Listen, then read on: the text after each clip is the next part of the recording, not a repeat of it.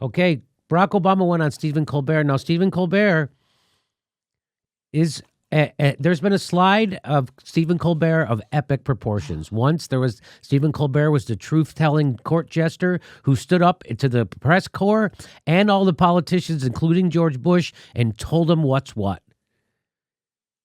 And now he's got a late-night show where he's paid millions and millions of dollars to host. He rubs shoulders with the most powerful people in the world, and he's become the people he used to make fun of.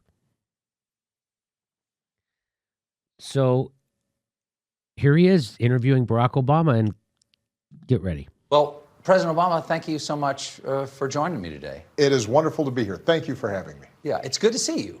It is good to be seen. I've been seeing you on television, but it's good to see you in person. That's nice. And that's got to help the demo in some. How old are you? This sounds like the most awkward first date ever. Doesn't it? This is how friends greet each other at a funeral.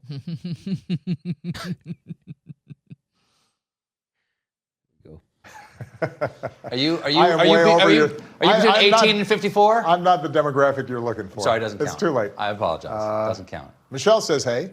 Oh, good. Yeah. Good. Good. She loves you. Well, so. I've really enjoyed spending some time with her over the last 4 years. I know. Hey, did you think the dead guy looked like himself? I think he looked like himself.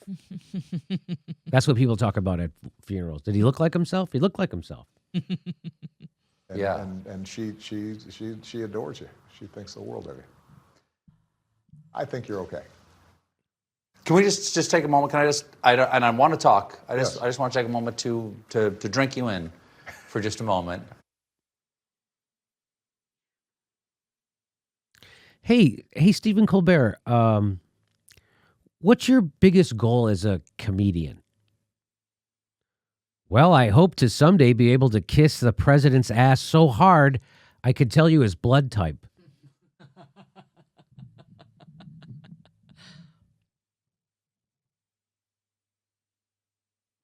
He's sitting across a guy who had a drone program and a kill list that killed 90% innocent people. Poor brown people. He killed a teenage boy on purpose without a trial because he was the son of a bad guy. Well, President Obama, thank you so much for joining me today. It is wonderful to be here. Thank you for having me. Yeah, it's good to see you. It is good to be seen. I've been seeing you on television, but it's good to see you in person. That's nice. And that's got to help the demo in some. How old are you? Are you between 18 and 54? I'm not the demographic you're looking for. Sorry, it doesn't count. It's too late. I apologize. It doesn't count. Michelle says, "Hey." Oh, good. Yeah. Good. She loves you. Yeah, and if she says, "Hey," and if you would have bombed a few countries illegally, she'd have some candy for you. Well, I've really enjoyed spending some time with her over the last 4 years. I know. And she adores you. She thinks the world of you. I think you're okay. Can we just take a moment? I want to talk. I just want to take a moment to drink you in for just a moment because I'm having to get used to looking at a president. Hey, what is he drinking? Neoliberal Kool-Aid? Is he drinking Flint's water? What's he drinking? Again, I've gotten out of the habit. I got to warm up for Joe Biden. I don't want to pull anything when I see him take the oath of office. You got to ease me into this a little bit. Joe's going to be great, and I have no Kamala's doubt. going to be great, I have no doubt. They're going to have big challenges ahead. But we've got the potential of returning to. We've got the potential for returning to a regularly scheduled late-stage capitalism hellscape. That's what we've got the potential to return to, a late-stage capitalism hellscape. But let's see what he says we have the potential to return to. A presidency that is actually paying attention and trying to do right by all people and not just some. I mean, honest to God, there isn't a wheelbarrow big enough for that guy's balls. And Stephen Colbert lets him get away with that shit. Because, he's the presidency that works for everybody. Like Barack Obama's presidency worked for everybody over at Wall Street. Citigroup chose his entire cabinet. And then the guy who revealed that, Barack Obama tried to prosecute. Oh, fair to everybody? Barack Obama deported way more Hispanics than Donald Trump did. Way more. He was way worse for immigrant Hispanics than Donald Trump. Look at that. By the way, as it was predicted on this show. So when you see Barack Obama with no tie on and he's grinning, and you have a late night host giving him a tongue bath, that doesn't mean Barack Obama is a good person or that late night host is. That means you're being gaslit by the establishment on a beautiful set with millions of dollars in hosting power. Wow. There it is. There it is. See, the first graph here, so Trump wasn't a president. He was a bad guy. He was an aberration. This is presidential. That's how a president gets it done. Not this. He couldn't even deport Hispanics, Donald Trump. Barack Obama, that's presidential.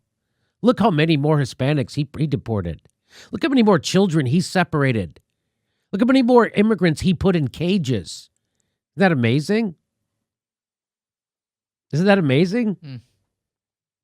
Oh, Obama's foreclosure relief program was designed to help bankers, not homeowners. Do you remember he just said that we're going to get a presidency that works for everyone? He meant Wall Street. Everyone he meant. That's a synonym for Wall Street for Barack Obama. Obama's foreclosure relief program was designed to help bankers, not homeowners. That's a fact. The fact that you lost your house, that 5.1 million families got kicked out of their houses during the last economic downturn under Barack Obama and Joe Biden, that was not a fluke. That was not a glitch. That was designed to happen that way by Barack Obama. That was designed to happen that way. To take your house from you and give it to criminals on Wall Street. That's what they did. Our country's run by criminals. If you don't think Barack Obama's a criminal, I've got some beachfront property to sell you in Nebraska. He's not only a criminal, he's a war criminal. And he's 100% corrupt. That shows it to you right there. During a similar economic downturn, Barack Obama sided with the banks and kicked 5.1 million people out of their houses while the banks were committing illegal acts against them to steal their houses. While bailing them out. While taking taxpayer money and bailing them out. Foreign military sales under Barack Obama. So the white line is the average of all the U.S. presidents since World War II in military sales. This is what Barack Obama, that's presidential. Look at how much more he saw, all the arms he sold. The guy's a warmongering maniac. He also militarized the police in America. You know why the police are militarized? Because Barack Obama did it. Even after he was told to stop and promised he would, he kept doing it. That's presidential. President Obama signs $8.7 billion food stamp cut into law. That's right. That's what Barack Obama did. It's a truly presidential tradition, hurting the poor. Eric Holder admits some banks are just too big to prosecute.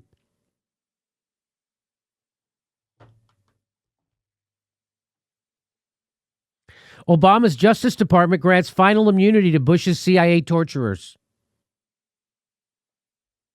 By closing 2 cases of detainees tortured to death, Obama has put the U.S. beyond any accountability under the rule of law. Remember they said Trump was breaking all the norms? Barack Obama was breaking all the norms. But he was doing it for the criminals running the media, so nobody ever heard about it. Obama administration approves Arctic drilling. There it is. 2015. Obama-led drone strike kills innocents 90% of the time. The U.S. is running out of bombs to drop. This is all under Obama. Hey, the White House to reauthorize military equipment for police.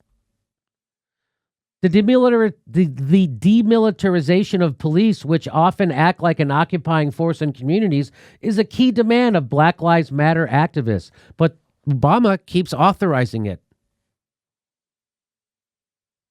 Here he is. Can we just take a moment? Can I want to talk. I just want to take a moment to drink you in for just a moment, because I'm having to get used to looking at a president. You know, Stephen, I know this is tough for you to take in your tax bracket and everything, but maybe a president's not what we need right now. Gonna drink him in? Remember when he drank this in? Fake cough, fake look. He looks for the water fake. Can I get some water? Come on up here. I want a glass of water. Get a bottle. Bottle of water. I want a glass of water. Everybody settle down. This is a feisty crowd. They're poison. Thank you. I really did need a glass of water. This is not a stunt. What? He wet his lips. He did not drink it. He didn't sip it. He wet his lips. There was an audible gasp in the audience. People were just like absolutely dejected. Why would you do that? I am sure that somewhere when I was 2 years old, I was taking a chip of paint, tasting it, and I got some lead. Yeah, that's like talking about like, well, I didn't wear a seatbelt and I'm fine. It's like, but there were tons of people that died. Backstage, the president, sitting at the table with the criminal governor, decided to perform his stunt all over again. You know, generally I have not been doing stunts here, but, you know. That's not what I expected. That's what Snyder did. It felt like he minimized like what people were actually going through and struggling with. If you were actually lead poisoned, you would not be president. You would be janitor Barack Obama. We were holding on to hope that he would declare a disaster area. A disaster would give us FEMA. It would give us pipe replacement, get engineers in here. Then we could get Medicare for all the residents of Flint. As soon as he took a drink of the water and said everything's fine, that was that. And look at it, years later, it's still poison. When he came here, he was my president, but when he left, he was not my president.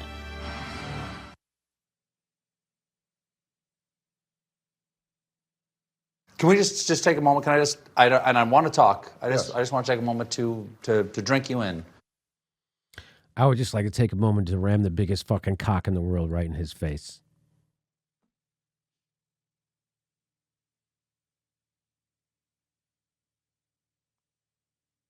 That's a good Catholic.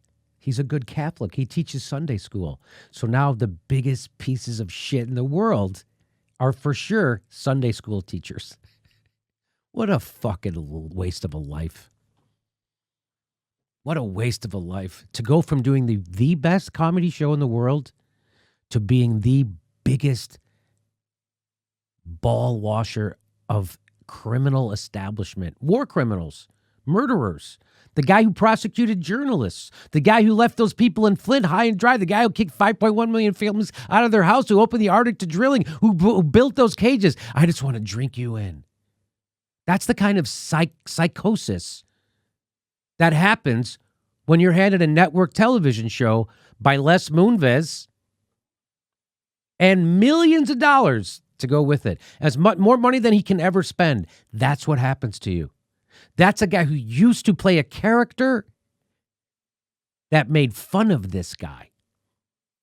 Now he is that character.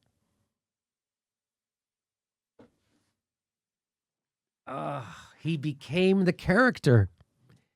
He became the out-of-touch millionaire oligarch who worships power. That's who Stephen Colbert turned out to be in his soul. And what does that tell you? He doesn't have a soul.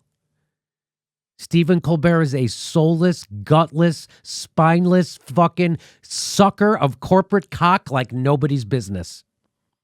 And if he had a shame button still left in his brain, he would be apologizing from now until the rest of his life, but he doesn't. That's what that money does. He's just like Chris Hayes. He's just like Rachel Maddow. He's just like those people. They got him. They got him. He's gone. He's your enemy. He's never going to fucking stand up for you, ever. And why should he? He's just a late night talk show. Well, because comedians are special to me. I come from comedy. We're allowed to tell the truth. And to see someone take comedy and pervert it like that, it really hurts. You know, like, you know what? He pretended to be hurt over Donald Trump saying something stupid that nobody believed. Just thank God he was never a stand-up comedian, right? Because stand-up comedy, I hold in higher regard than all the other comedy because it's harder than all the other comedy. So that's why I hold stand-up, and he never did that. And maybe if he did stand-up comedy, he would have more of a strong mind. He would have more of a spine because it takes that to do stand-up comedy. Maybe not. Maybe he would have been a shitty stand-up comic. Who knows? Maybe he's only good when he has writers. Who knows? Maybe he doesn't really have a soul. He needs his writers to give him one. Maybe that's what it was. Maybe it wasn't him. Maybe this is who he was all along. And we should really be complimenting his writers. Now that's what I think. Because that guy should be embarrassed to show his face at the Friars Club, but he won't. They're going to cheer him when he walks in.